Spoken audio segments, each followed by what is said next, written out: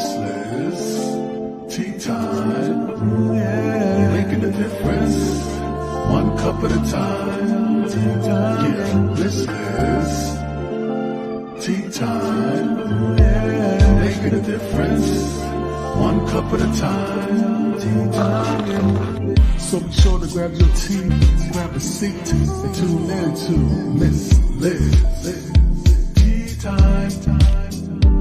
Making a difference, one cup at a time. Tea time, yeah. Tea time, time.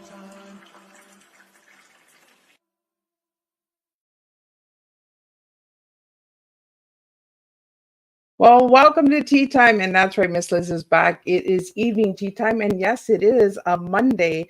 That's right. We're doing a Tea Time special with Joshua Peters. He's in the house, and we're going to talk about hypnosis and all of that good stuff, and some excitement. That's what I got. I got a little bit of excitement. So we're going to turn the anxiety into excitement. We're going to change it around and flip it up a bit. So before we get started, we're going to get the disclaimer out there. We're going to get a little bit of Joshua's bio out there, and then we're going to get you over to Miss Liz's YouTube channel. Ring that little doorbell and get notified when all of these incredible tea times go up. If you haven't heard of Miss Liz, check out Miss Liz's website at www.misslizsteatimes.com. And if you want to know more, just tune in and share this tea time with everyone who's listening tonight. So we want to have you engaging. If you have any questions or comments, put them in the section.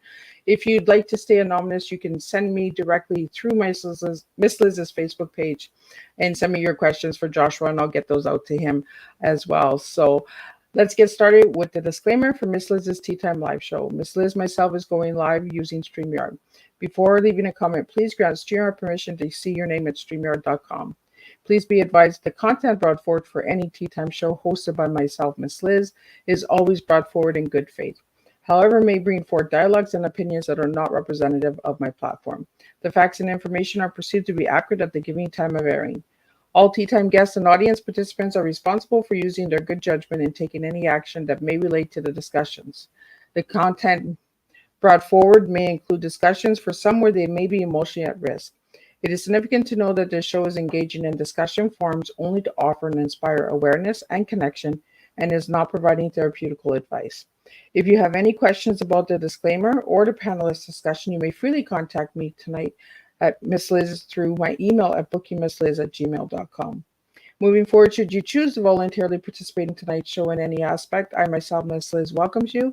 And should you decide that the show is not made for you at this time, I respect those wishes, and we'll see you at a later show at a later date and time.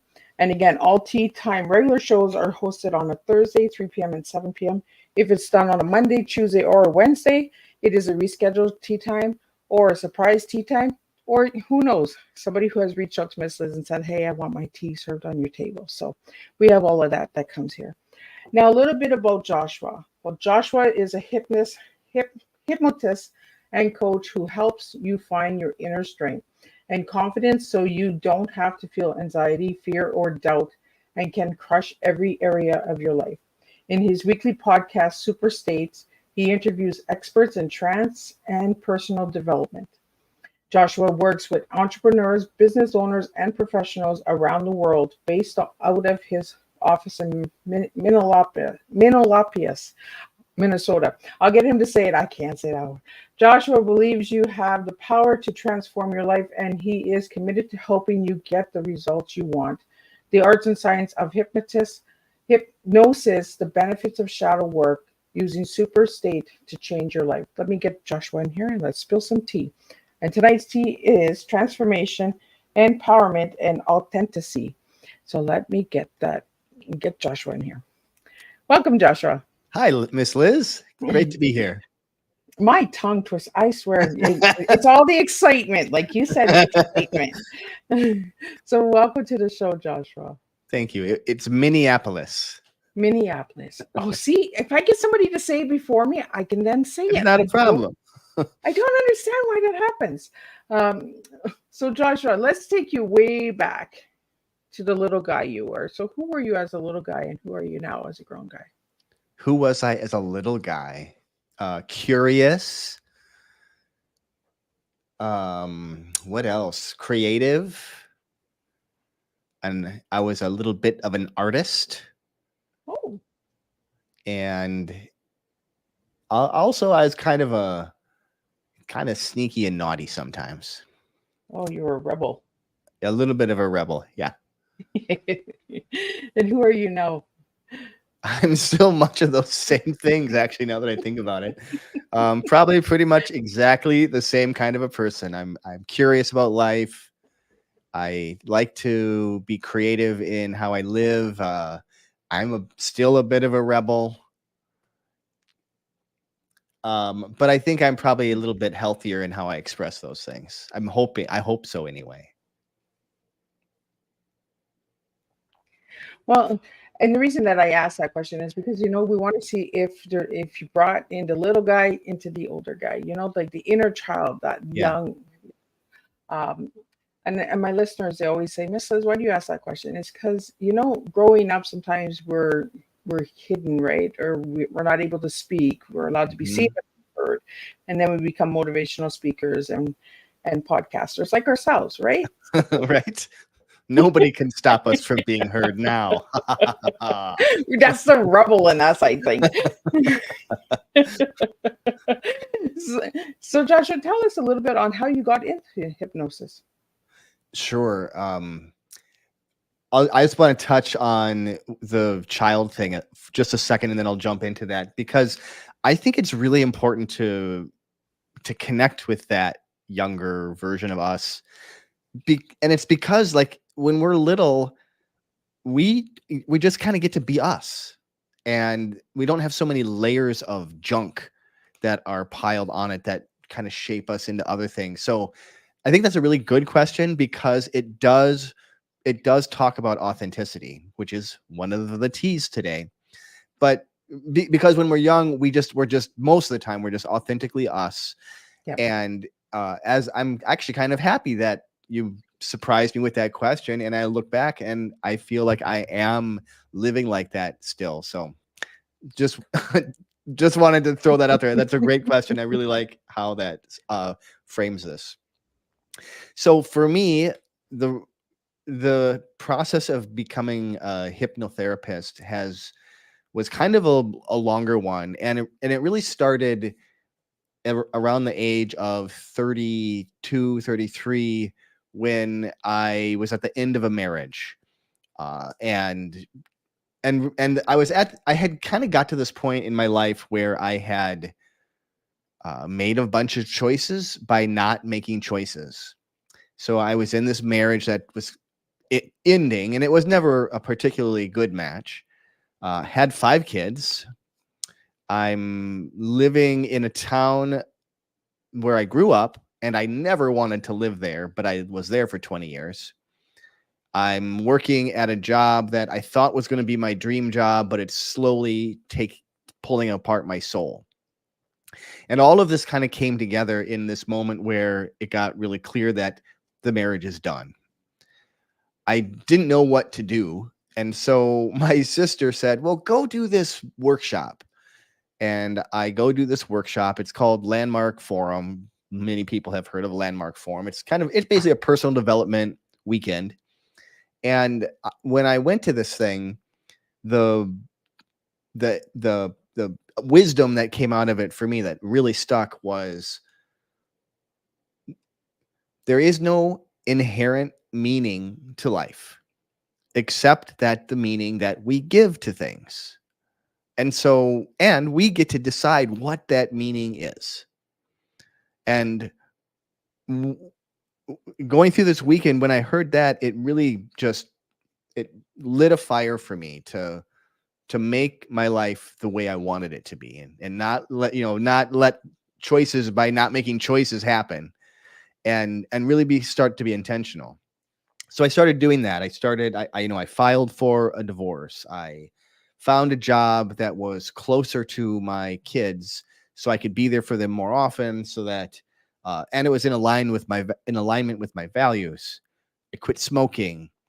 I had separated myself from the community, and I didn't want to live there, blah, blah, blah. I had lots of stories around all of that. And I started to connect with the community, to be part of the local community. I just started doing all these things to shift my life around. And through that process, I realized I like performing, and I I got really fascinated with the art of sideshow. And sideshow is things like um, laying on a bed of nails, eating fire, escaping from a straitjacket.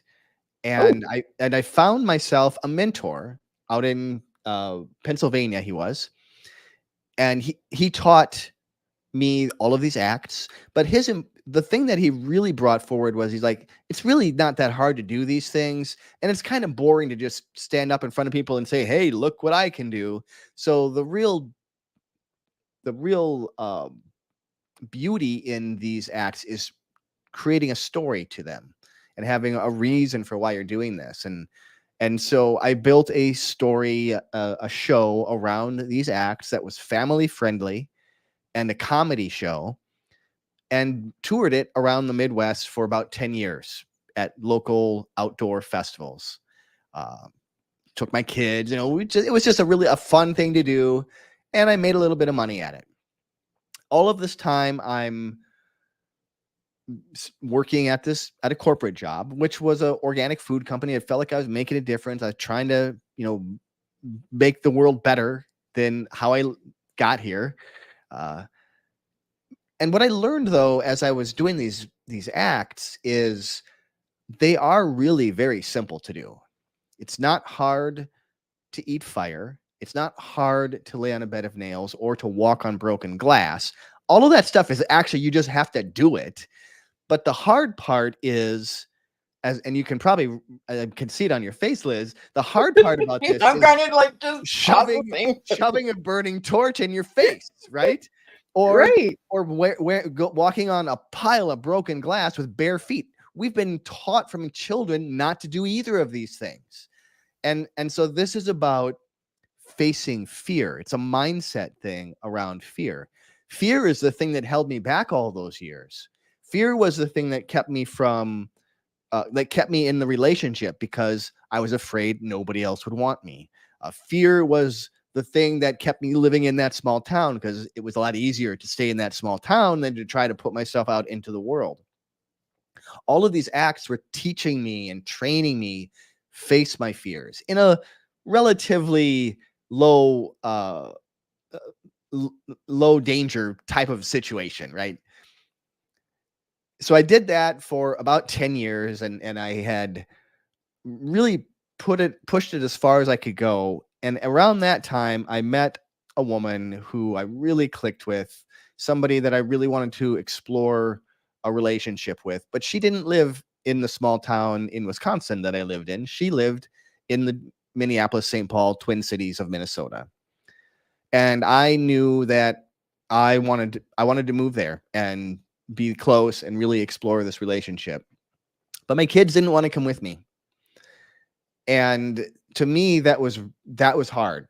I had spent at that point about 30 years being a dad and being there for my kids, and I had the family home still, and I was the one that they could always count on. Not that their mom couldn't, but I was just this more solid one. Yeah. And again, fear showed up. I met a hypnotist, and she helped me move past that. And really what she helped me realize was, again, it's all about choices. It's all about meaning. I could make this work. I could move up there, but also be there for my kids. And for about 4 years, I spent a week in the Twin Cities, and then I spent a week down in Wisconsin. And I would work remote when I was in the Twin Cities. I would work in the office when I was back, and I stayed at my family cabin that we have down here. And I had 2 kids left in high school. They would stay with me as that went on. So I made it work. But I also got really interested in hypnosis, and this was about the 3rd time that it had showed up for me throughout my life. And as I started looking for what I really want to do, what am I really going to do when I grow up, I knew it didn't want to stay in corporate. It was good, but it was not meaningful to me. Yeah. I just realized if I could help other people move past their fears in a much faster way than the 10 years that it took me, and I could get, make a pretty good living doing that. Well, what better way could I think of? What more empowering way? That's the E and T today. What more empowering way could I think of to live my life? And so I found a hypnotist. I trained with him. I mentored with him for a little over a year. Started seeing clients after that, mostly friends or coworkers or family members, anybody that would sit down with me. And I started learning. And after about a year and a half, I had built up a practice. I had built up a business, and I went full time. That was fall of 2018. So I've been full time since the fall of 2018. Wow. So you're not one of these hypnotists that go on cruise ships and put everybody into the big trance, right? And have them do crazy things. I mean, I have been trained to do that. So one of the things about hypnosis is it's very fascinating, and there's so much that you can learn. I don't do that as that's not how I make my living, doing, performing style. I am a hypnotherapist or hypnotist, depending on who you talk to. I usually work one-on-one with clients, helping them move past a fear, an anxiety, a worry, something that's blocking them from living the life that they want. Kind of like what happened with me. And but usually I'm working with them for a relatively short period of time to move past that, to heal whatever's there, and help to empower them, finding their own internal X factor of confidence, of calm, of presence, peace of mind, all those things that people really want. I really like how you used your T, the words that you gave me, right? Transformation, empowerment, and authenticity. And you're switching your T, and you're giving a little bit of spill over here, a little spill over there. We're really going to get a messy tea tonight. We're going to have some fun with it. But I was always curious about hypnosis because I was hypnotized as a young girl due to trauma and stuff, and for personal stuff, right? Yeah. But what do you like besides self-doubt, fear, and overcoming and all of that? What do you work with, Joshua, with your clients? When I think about it, the biggest thing that I'm really helping people with is anxiety. And that shows up in a lot of different ways for people. Yeah. People can come, they might come to me with a phobia, or they call it a phobia, like a fear of flying, a fear of insects, a fear of driving, whatever it happens to be. Like that's kind of a very specific kind of phobia. But most of the time, what's behind that is a more kind of generalized anxiety that they've managed, except for in this one area. Kind of like, I think of it like if you're squeezing the anxiety ball tight and like covering it up, it squirts out between your fingers and shows up in these different ways throughout life. But most of the time I'm working with people for anxiety of different things. A lot of times that's really helping train them to calm their nervous system, because most of the time with anxiety anyway, what's going on is you're getting thrown into a fight or flight or fight, flight, freeze response, right? And you're unable to get out of that. Once you're in that, now you have chemicals flowing through your body. You've got different hormones and everything. You're not even really you anymore. You are you in survival mode. Yeah. And it's hard to move past that. So I mean, really, the first thing that I teach people is just how do you do that yourself? And that doesn't even require hypnosis. That's just, here's some techniques and some tools that I've learned and gathered over the years that can help you do that. So we have a question kind of comment here about the fireballs and walking on glass and that. Yeah. So is that like, did you use hypnotize yourself to do that, or was it a state of mind, or you just like, I'm gonna do this? Like, how do you do that? Like, so remember the little me who's very curious, and I didn't say fearless, but he was pretty fearless too. He also would loved playing with fire. So you're a fireball baby. So I one time as a kid, I thought it would be a great idea to light these leaves on fire that are in the window well of our house. Wow. Now it didn't burn anything down, but that was a really stupid thing to do. But for whatever reason, I just thought it was great. I loved playing with fire. So I didn't need hypnosis to do these things. It was kind of flipping into the right mindset of The mindset. and my teacher was great because he would teach you the science of these things. Like the science between eating fire is that heat rises. So as long as your head is low and the flame is going up, as long as you don't breathe in, you're pretty good. Because the heat stays to the top. Yeah, the flame goes up. So, and then the other thing to know is we have saliva in our mouth. Yeah. So you can literally place a flaming torch on your tongue for a second or two, and you have that saliva that's there that's works as like a cushion, works as like a insulation until it evaporates, which takes about 2 seconds. So you have about 2 seconds there where you have this insulation, so you don't get burned. And if you know these things, you can do it in a way that you're not going to get burned, or you're going to be very. My teacher always said, it's not a matter of if you get burned, it's when and how badly. And so if you're prepared, that badly is going to be very minor. And there's plenty of times that I've gotten just minor burns. It's more like a sunburn is kind of what it feels like. My lips will get dry or something just from being close to fire. But I didn't use hypnosis. I am sometimes I'm just like stupidly blindly go forward. No, I'm just doing it. And just I'm gonna just do this, and then I just do the thing.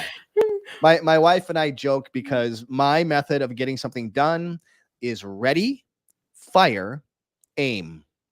Ready, fight, fire, aim. And her method is ready, aim, aim, aim, aim,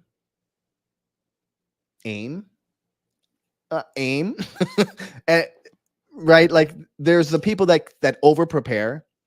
Yeah. And don't ever get anything done. Like she will eventually fire, but she's very good at strategy, and she'll know all the things that might happen and has a plan for all of that, where I'm just like, okay, we're doing this and we'll figure it out as we go. So when you look at fear, Joshua, you just look fear in the eye and you just say, I'm going to just do it, right? I mean, sometimes it'll still show up, but yeah, that's kind of my method of moving past it is, well, let's just do it and find out what's going to happen. Right? If you don't try, you don't know. And you see my expression as he was talking about these fireballs and swallowing fire and walking on glass and all of that. You could see it in my face and my expression as well, Joshua, as you were saying it. I was like, oh my goodness. And I didn't know about the comedy. I usually do my homework really well. I didn't know about the comedy. So what is it about comedy that you really found interesting? I like laughter.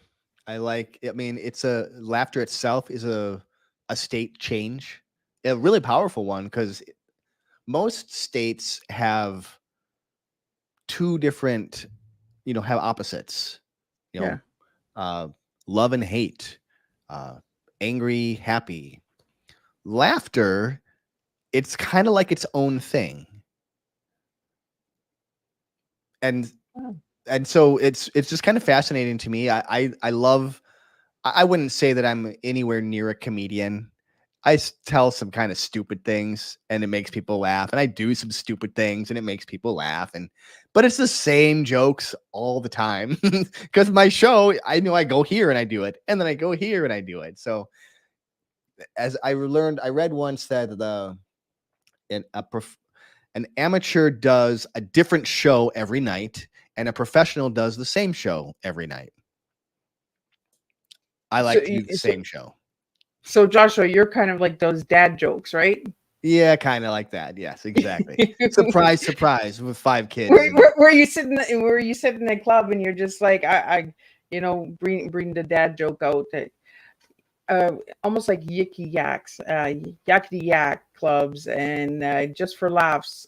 That's how I can see you as a comedian. That kind of comedian where you have the same flow, but you know that you have a different audience and different listeners every night. So that, if that same person comes to the same show all the time, the other person beside him might be a newbie, so they'll get the joke, right? And they'll laugh and all that. Exactly. So, exactly. And honestly, most of the time the show, it's really a family show. So there's a lot of kids. It's not like I have to do a lot of fancy jokes. And they're watching me do some crazy things. So the show itself is pretty entertaining, and then I have little bits that are in there. Well, that's But pretty again, cool. this isn't something that I do a lot of anymore. I do a few times a year. It's just a kind of a hobby. Well, I like hobbies. I'll have to look into your hobby and see if I can find any. So, Joshua, let's get into more of the hypnosis. Yeah, say that 5 times, Miss Liz. Hypnosis. So, I want to talk to you about the fears, because you said that there's always a hidden reason, right? Like if you're afraid of heights, what is the main cause of that fear of heights? Is it I mean, something in your it can be life, or- different for everyone, but most of the time, I'll describe this in basically the neuroscience of what is happening, because I like to speak in a way that actually isn't just a bunch of woo woo. It's actually how you measure this. So, Yeah. Hypnosis has been around for called hypnosis for a little over 100 some years, and it worked, but people didn't really know why it worked. They just knew it worked. Now that we have technology that can measure all this stuff, we can start to see what's actually going on here. And neuroscience has grown a ton in the past 20 years. So the neuroscience behind a problem, let's start with that, is something happens in our life, and it's usually highly emotional. It can be positive or negative, but most often it's negative. So like you kind of hinted at that, something happened early in your life that was a traumatic moment. Usually like a traumatic moment like that can happen and create a pathway in the brain. Okay. So if we use anxiety as an example, something scary is happening. We feel anxious, and so we move away from the scary thing, and now we're okay again. Now we're safe. That pathway of anxiety successfully worked, meaning we did not die. Like that's all that the brain is really caring about. The brain wants to be efficient and use as little energy as possible, and so it looks for these pathways. And if something happens and it tries something and you don't die, it looks at it as success. I'm not dead. This was a successful strategy. When you're in a situation now that's kind of sort of similar, the brain will go, oh, we use that strategy in this situation. That was pretty much the same. Let's try that again. Try it again. Again, it works. You don't die. Oh, great. So now there's something called neuroplasticity. This is how the brain finds these pathways and strengthens them. So if they work and if you're using them, they get stronger. Neuroplasticity is how we learn things and how we get better at things. But the problem with neuroplasticity is the brain doesn't care if something helps you thrive or not. Again, all it's caring about is, am I dead or not? Am I not dead? Great, it's working. So it's just going to keep using this pathway. There's a law in neuroscience called Hebb's law. And this law says the neurons that fire together wire together. So that's how we get these pathways in the first place. But then as we fire them together, as we wire them together, they get stronger and stronger. It becomes almost like a superhighway, Okay. a mega road, and it's very easy to go down. It uses very little energy. It's the path of least resistance. Another way to think about it is on a ski hill where everybody's skiing down the hill. It gets slick. You get on that slick stripe and you're just flying down the hill. It works really easy. It's even hard to get out of it because you're going down the groove. That's kind of what we're building here, these pathways. We're building this path of least resistance, this super highway that you don't have to think about it. In fact, when the situation shows up, like it's time to do the show, in instant, it just shows up, right? You didn't decide, oh, it's time now for me to feel a little bit of anxiety. So no, the brain just does what it's always does. It's like, oh, here's the thing, make it so, and it just happens, right? That's automatic reaction. That's what the brain does to use as little energy as possible and to be efficient and effective. Just keeps going down that pathway. So that's how a problem gets created in the first place. With hypnosis, what we are doing is we're rewiring that. We're increasing the neuroplasticity. So going into a hypnotic state increases neuroplasticity. Another way to do that is a psychedelic. Like psychedelics, that's why they help people with PTSD and all these other things, because when you take it, while you're in the process of it, you have that neuroplasticity happening. But even beyond that, after some of those psychedelics, for literally for weeks after you've taken it, when there's no longer anything in your system, your brain is still operating at that with a higher level of neuroplasticity, making new connections, making connections that weren't there before. That's how you rewire the brain. With hypnosis, what we do is take you into a very relaxed state where you're able to focus, and you're able to, in some instances, we might go back in time and revisit a memory, but give that younger you different resources so that they can go through a situation differently. And then that memory that you've been holding on to, that's had this big charge, it just dissolves. The memory is still there, but the meaning that we used to give it, remember, the only meaning that's there is the meaning we give things, the meaning that we give it, or the story that we're telling about it, it just goes away because now we're giving it different meaning. Now we have a different story that we can tell. And then that collapses that problem across your life. May not happen with just a single session, although a single session can sometimes do that. Typically, I'm working with somebody for a series of sessions, and we're doing this in different ways. There's many different ways to change that pathway with hypnosis, aside from kind of going back in time. Like, that's one example, but it's not the only way to do it. And so we do that again and again. We use neuroplasticity to strengthen the new pathway until this one becomes the superhighway, and the old one just starts to dissolve away. So it's kind of like you're making new pathways, like new roads, right? Exactly. So to use the analogy, right? What you got to do is, when you're making a new road, first you got to cut down the trees, then you got to put down the gravel, then eventually you're getting to that superhighway. But it's going to take a few times. Or if we're going to the ski hill, hypnosis is like a fresh layer of snow. So now you can ski in a different direction. And now you just do that again and again. And now you have a new path that you've created. So when you're going in, when someone is being hypnotized, Joshua, mm-hmm. Are they like, is it easy to hypnotize people? Can everyone be hypnotized? Like, are there individuals that can't be? Like, the way that I like to think about this, and this is a very common question, and because we've heard this and you've probably seen, many people have seen shows where some people have been sent off the stage because it didn't work for them, or they were even that person who tried it and it didn't work on them.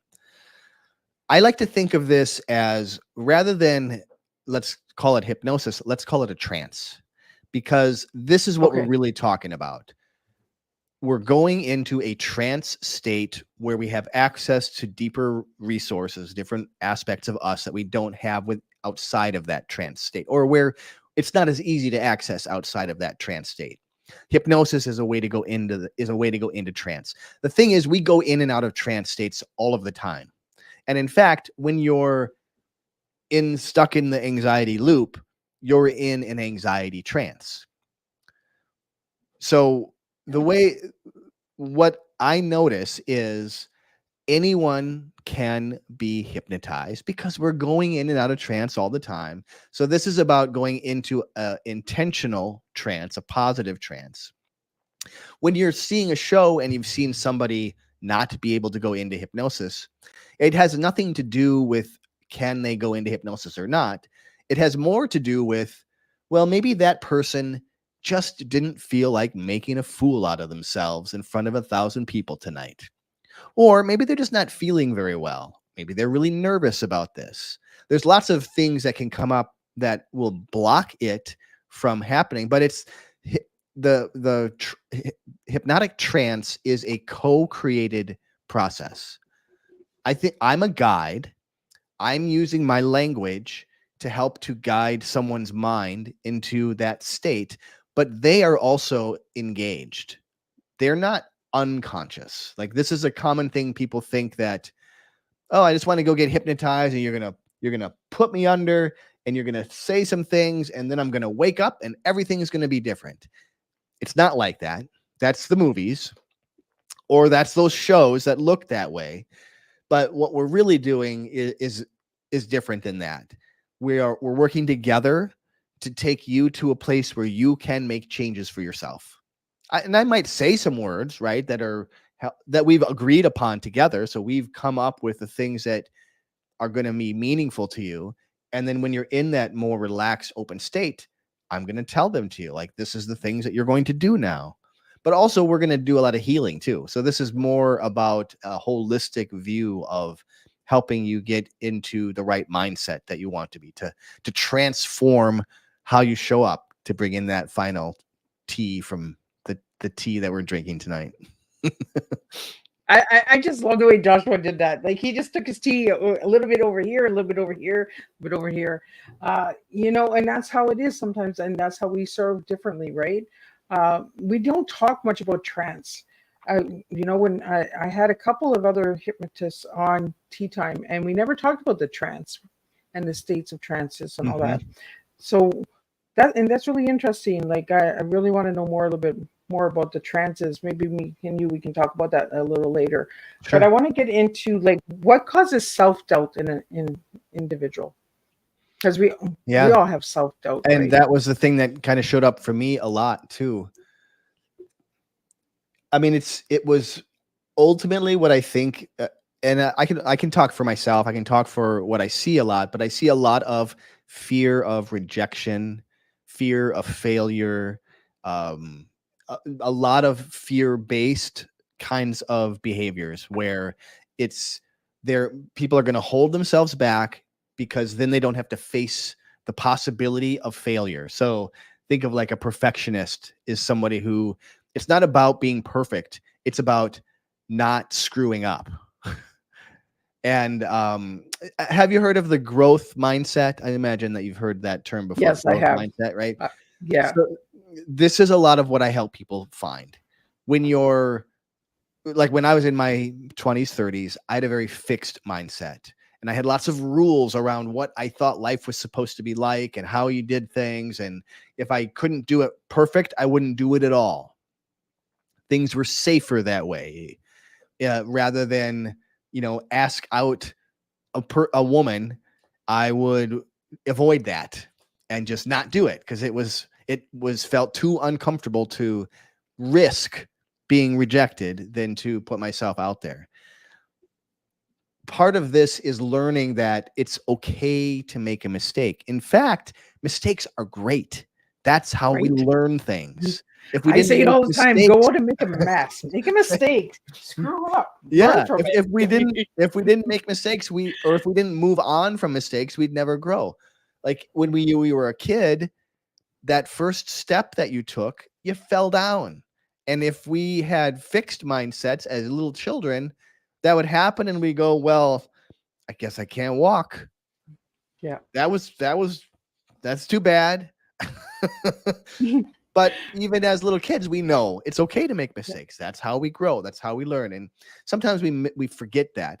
The reason that we forget that is we have experiences through life that feel embarrassing, or maybe somebody made fun of us or picked on us, or a parent said a certain thing, or we had trauma stuff that happened, and it became our trauma response to hide or be quiet or whatever it is. Like, there's lots of ways that can show up. So a lot of what happens is I'm helping people heal these trauma responses that they've had, and really don't even maybe realize that that's what's going on, so that they can just show up the way they want to. Like, this is about being authentic, being who you are, living life the way you want to live it, not the way that just happened, but, like, if you could imagine how you want to live your life, let's do that. Well, and sometimes we need that outside help as well, right? Yeah. We know what we want, but we need that person to just kind of tell us what we want. Like, and there's a lot Yeah. of times where I'm like, oh, I really want to do this, but then somebody will say, well, just do it. And then I'll be like, oh yeah, I can, right? Like, Yeah. I can do it. Yeah. But we need that outside voice. We always look for that verification if it's okay to do, right? Sometimes in our lives, especially if we've gone through trauma or hard times in life, where we're told, you're not going to get it done, you're not going to do it. Well, then you got to show them, right? You got to just do it and say, look, I did it. Yeah. Kind of have that backbone and that little rebel in you, like when you were a little boy, right? Be that little rebel. The one who does and I think podcasters are rebels. There's how many of us out there? There's like 3.4 million podcasts out there. Like, I think we're all little rebels. Like, we're all looking for something, right? So, Josh, I want to get into the improved confidence. To improve your confidence, how do we go about doing that? Because confidence is one thing that I struggled with for years. And I still have my days where I'm like, oh, I don't know, I'm not too very confident today. So how do we get over that? So there's lots of ways to do that. So again, sometimes that's kind of healing the past, because usually the reason that we're not confident is fear is there. And so we hold ourselves back. But sometimes it can be as simple as finding that feeling of confidence from this place over here and borrowing it to use it over here in this context. Much of what I help people do is change their state. Like, that's, if you want to kind of really pull it down, when you're in a fear state that's non-resourceful, I help you find the confident state, which is resourceful, and then apply it in the situation. So, like, to give you an example of how you do that, where do you mind if I do a little bit with you? So You can do anything you want. Okay, cool. So, and we can, this is very conversational. Like, there's lots of ways to do this type of work. So, I've been trained as a hypnotist, and I've been trained as a NLP practitioner, and all these different things. So I just kind of mix them all together and do the way that I like. So tell me about an area in your life that you'd like more confidence. Public speaking. Okay, public speaking. And when is the last time that you tried to do public speaking? The last time I did a public event, I think, was 2021 in Detroit. Okay. And was there a moment where where something happened, or like what was your experience kind of going into that moment? I was fine. It was almost like when before we go live, Josh, where that excitement comes in, right?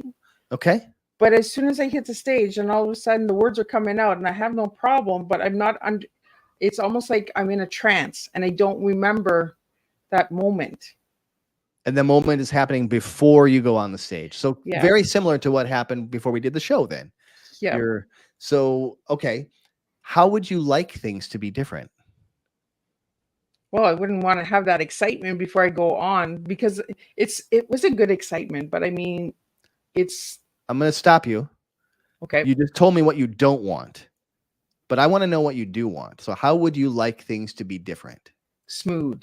Like smooth. Okay, so tell me about a time when things went really smooth for you. And it can be in any context. Ooh, that's a good question, Josh. Nothing's gone smooth. Any context. Ooh. I'm not sure. When I wrote my book. When you wrote your book. Okay. And when is I want you to think of a specific moment when it felt like things were going smooth as you did that. When I first started. Okay. And describe that moment to me when you first started and everything's going smooth for you. It was just writing, the releasing, just being able to drop the words onto the paper. It's almost like public speaking, right? The words just dropping. Words are just dropping. Yeah. Yeah. Are you typing? Are you writing by hand? How do you do that? Handwriting. So you're handwriting. Handwrite everything first. Words are just dropping out, and you're feeling that smooth feeling, that kind of flow feeling. Where do you notice that feeling in your body? Where does it start? In my shoulders. In your shoulders. That's right. And if this feeling had a color, or you could give it a color, what color would you give it? What would it be? Yellow. That's right. So it's in your shoulders and it's yellow and it's that smooth feeling of just dropping those words. Now, if this feeling had a shape, what would it be? Square. A square. So it's a yellow square in your shoulders and it's that smooth feeling of just dropping those words. Now, every kind of feeling has movement, has energy to it, right? Emotion, energy in motion. So how does this energy move for you? A lot of times energy can pulse or it spread to other areas of your body, or maybe it rotates, stays solid. How does this energy move for you? It's like a squiggly line, like, like water flow. Like flow, like water flow. Yeah. So it's like a squiggly water flow. It's a yellow square that's in your shoulders. It's got a kind of a squiggly flow like water, and it's that smooth. The words are just dropping. That right? Yeah. Good. So take a deep breath and breathe into that yellow square, and then take that feeling back to that moment when right before you're stepping on the stage. It's right before you're stepping on the stage, but you have this yellow square now. And it's that yellow square. It's got that flow to it. And it's just like the words are dropping. What's different when you have the yellow square and you're just about to step on that stage? I think it's a self-doubt. Oh, you misunderstand. I don't want to know what happened. What's different when you have the yellow square and it's there and it's that flow feeling? And then it's right when you're going to step on the stage. It's like, so this is like an imaginative exercise. Take yourself back, but this time bring that yellow square with you. What's different when you have the yellow square? I just do it. You just do it. That's right. And how does that feel when you just do it? Feels good. Good. Take that yellow square again. So that yellow square that's in your shoulders and it's like got that flow to it. It's just like dropping those words. It's that smooth feeling. Take it back to earlier today, right before we went live. Now you've got the yellow square. What's different now? Well, now I'm not scared. Well, what are you? I'm happy. You're happy. I'm excited. Right. Yeah, right. You're happy and excited. Good. That's an example of how you can take, like you just created for yourself now, a feeling of confidence, of just letting those words out, that smooth feeling, that flow feeling, just by tuning into that shape, that color. I didn't tell you what they were. You brought that out based on your experience. This is a way of grabbing that state that you want and applying it in these areas that in the past you didn't have it, but now you can have it. So like this is a small example. Like usually I'll do more, but that's, that this is how you can find that piece of consciousness that you want and apply it in the areas that in the past you didn't have it. Well, that's really cool. I thank you, Josh. I'm blown away by that little experiment. Yeah. I love when my guests kind of use me as an example because sometimes it opens up doors and it brings a lot of as well. So Joshua, before we're almost at the end here, we only got a couple minutes left. I want to get into what you do, because what you just did for me is what you're offering the guests as well as a 7-day email experiment. And is this part of what you're going to be doing with me in 7 days? It's similar, like definitely in that process. So I'll just describe what it is and then I'll answer that question. I have for the last 6 months, I've been spending basically all of my extra time on building out this process. And what I want to do is I wanted to figure out a way to help more people than I can just doing a one-on-one. Like I've got a limited amount of time. I can only help so many people, and not everybody, has the money to pay for one-on-one coaching and all that stuff. So I was trying to find a way to help more people, make it super affordable. And also with transformation as the main thing here. Like this isn't going to be worth doing if it doesn't make a difference in somebody's life. So that's what this 7-day program is. It's in 7 days over a series of emails and some audio recordings. It will take a specific issue. Like your example is a great one, right? that public speaking would work really well with this. Any kind of fear, any kind of anxiety, any kind of worry, or whatever's blocking you, that's what this is designed to do, is to eliminate it. Now, this is a process that I can walk somebody through in about an hour, but to make it accessible and work without me being there, I had to split it out into a little bit more. So over 7 days, it's going to walk you through this process. And it does have a choose your own adventure piece to it too. So you can do it on fast mode. You can probably run through this in a little bit over an hour if you just like hammer through it and just go email after email after email. But that's what it's designed to do, is to help somebody get through that. And a piece of it is identifying like what we would do a little bit deeper, Liz, is we would have tuned into that fear feeling. Okay. And followed it in time to other moments when you might have felt it, and find either the earliest time or maybe the most important time when it was there. Because usually that's the core. That's like the root of this problem. And then we'll do a process that's about 45 minutes that clears that out, that removes the charge from that memory, like I was talking about. So that, and then we bring it into the future too. So now we're taking that same thing, pulling it into the future. That's the free gift that I have for your guests. And yeah, I think you've got it up right there. It's right on the screen. So xfactorhypnosis.com/T, and it will give you this process for free.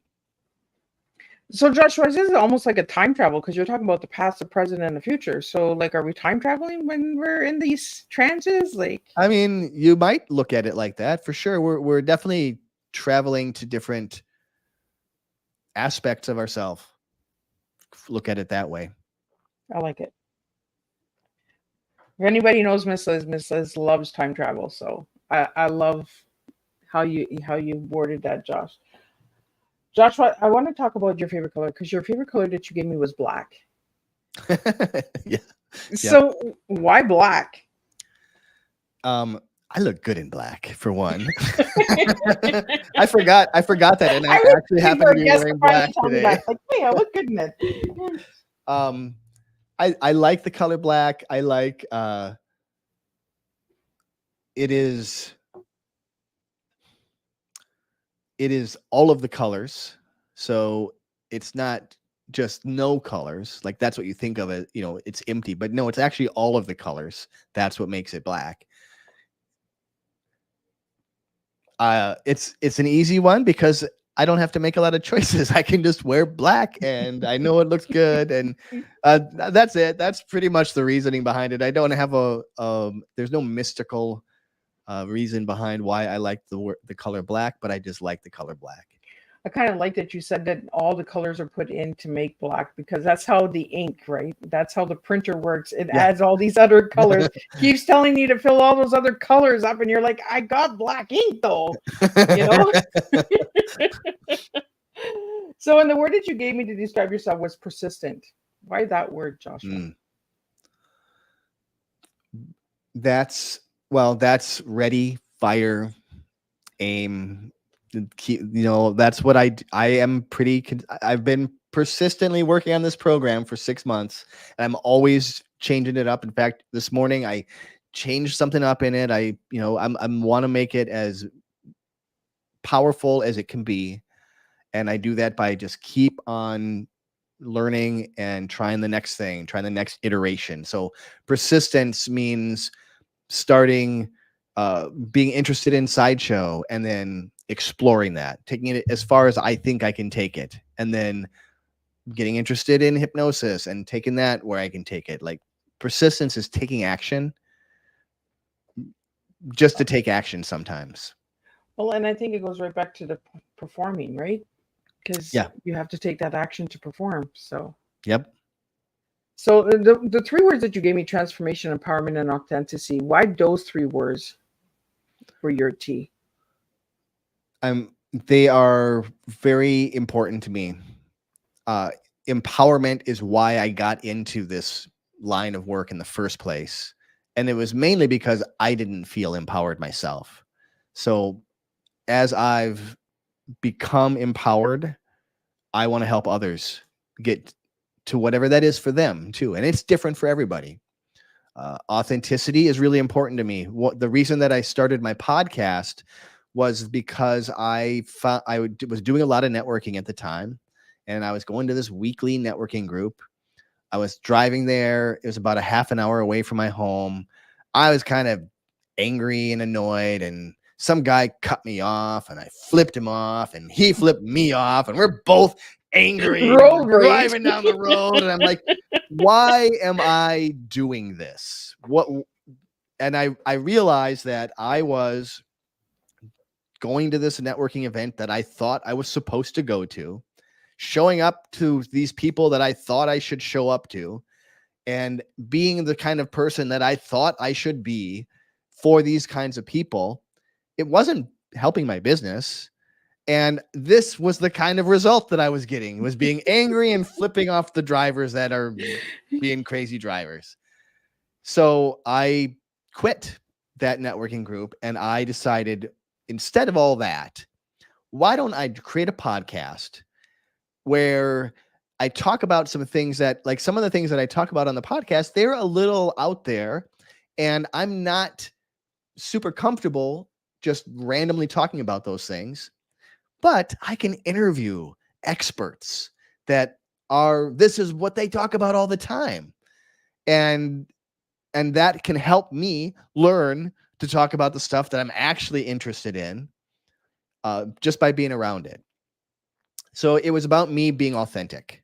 So that's a long story towards where authenticity comes in. So this is about me really showing up as me, learning what that, and some of that's learning who that is. Like, who am I? I've got my own layers of stuff from all the years of life that I have to shed.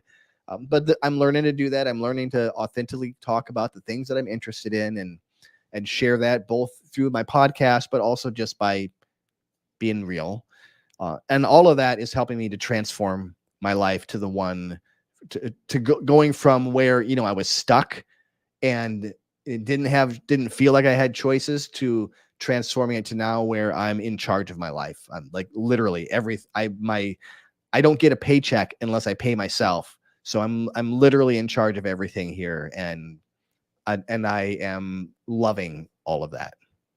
So Josh, how did you get the name of your podcast, Super States? I was trying to think of a way to talk about altered states in a little bit different of a way. So to me, what we're talking about is these trance states, right? Like, we've talked about it with psychedelics, we've talked about it with hypnosis, but another great way is through breath work. That's another way to get there. Another way is through sex and through movement, music. There's lots of ways to create an altered state. And that's what my podcast is all about. All these different ways of creating altered states. Well, if anybody wanted to listen to that podcast, and run on over, give that a follow, because I think I'm going to be checking some of that out, because there's some interesting topics in there. Yeah. So Josh, what final words do you have for everybody tonight? What kind of words? What final words? What final words do you have? Almost anything can be resolved just by breathing through it. So if you're in a fearful state, if you're in a excited state, anxious state, whatever, just breathe. Breathing is the one automatic part of our body that we have any control over, and we can control it. So a great breath is a 5-second in and 5-second out. Just keep doing that, and you're going to very quickly alter your state. Awesome.